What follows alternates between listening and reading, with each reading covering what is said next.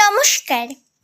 1953 সালের 23শে জুন কাশ্মীরের একটি হাসপাতালের ছোট্ট কক্ষে নিভে গেল এক উজ্জ্বল প্রদীপ। মাত্র 51 বছর বয়সে মৃত্যুবরণ করলেন স্বাধীন ভারতের অন্যতম প্রখ্যাত নেতা, শিক্ষাবিদ ও দেশপ্রেমিক শ্যামাপ্রসাদ মুখোপাধ্যায়। কিন্তু তাঁর মৃত্যু কি স্বাভাবিক ছিল, নাকি এর আড়ালে লুকিয়ে ছিল কোনো রহস্য? আজও সেই প্রশ্নের উত্তর খুঁজে বেড়াচ্ছে বহু মানুষ।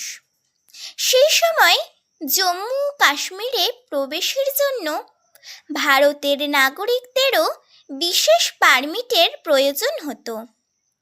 শ্যামাপ্রসাদ মুখোপাধ্যায় এই ব্যবস্থার তীব্র বিরোধিতা করেছিলেন। তিনি বলেছিলেন, এক দেশে দুই বিধান, দুই প্রধান, দুই নিশান, চলবে না চলবে না। এই বিশ্বাসকে হৃদয়ে ধারণ করেই তিনি কাশ্মীরে প্রবেশ করলেন। কিন্তু সীমান্ত অতিক্রম করার পরই তাঁকে গ্রেপ্তার করা হয় এবং বন্দি করে রাখা হয়। কারাগারে থাকার সময় হঠাৎ তাঁর শরীর অসুস্থ হয়ে পড়ে। বুকে ব্যথা, জ্বর এবং নানা শারীরিক সমস্যার কথা জানানো হয়। পরে তাঁকে হাসপাতালে স্থানান্তরিত করা হয়। তারপর 1953 সালের 23শে জুন খবর এলো, শ্যামাপ্রসাদ মুখোপাধ্যায় আর নেই।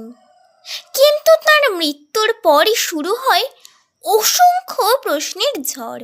তার পরিবারের সদস্যরা অভিযোগ করলেন, অসুস্থতার যথাযথ চিকিৎসা হয়নি। অনেকের দাবি ছিল, তাকে যে ওষুধ দেওয়া হয়েছিল তা তাঁর শারীরিক অবস্থার জন্য নিরাপদ ছিল না। আবার কেউ কেউ প্রশ্ন তুললেন, কেন তার অসুস্থতার খবর পরিবারকে সময় মতো জানানো হয়নি? সবচেয়ে বড় কথা, তার মৃত্যুর কারণ নিয়ে যে সন্দেহ তৈরি হয়েছিল তার পূর্ণাঙ্গ ও স্বাধীন তদন্ত কখনোই হয়নি। ফলে রহস্য থেকে যায় রহস্যই।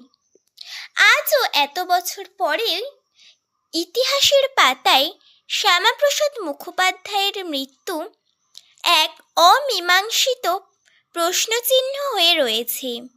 তবে রাজনৈতিক মতাদর্শ যাই হোক না কেন, একটি বিষয় অস্বীকার করা যায় না, তিনি ছিলেন এমন এক মানুষ যিনি নিজের বিশ্বাসের জন্য আপোষহীন ছিলেন।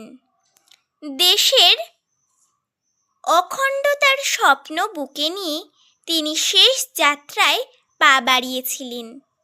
তার মৃত্যুর প্রকৃত রহস্য হয়তো আজও অজানা, কিন্তু তার সাহস, দেশপ্রেম এবং আত্মত্যাগ ভারতীয় ইতিহাসে চিরস্মরণীয় হয়ে থাকবে।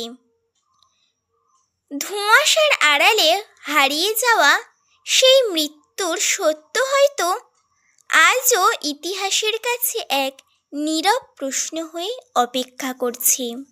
ধন্যবাদ।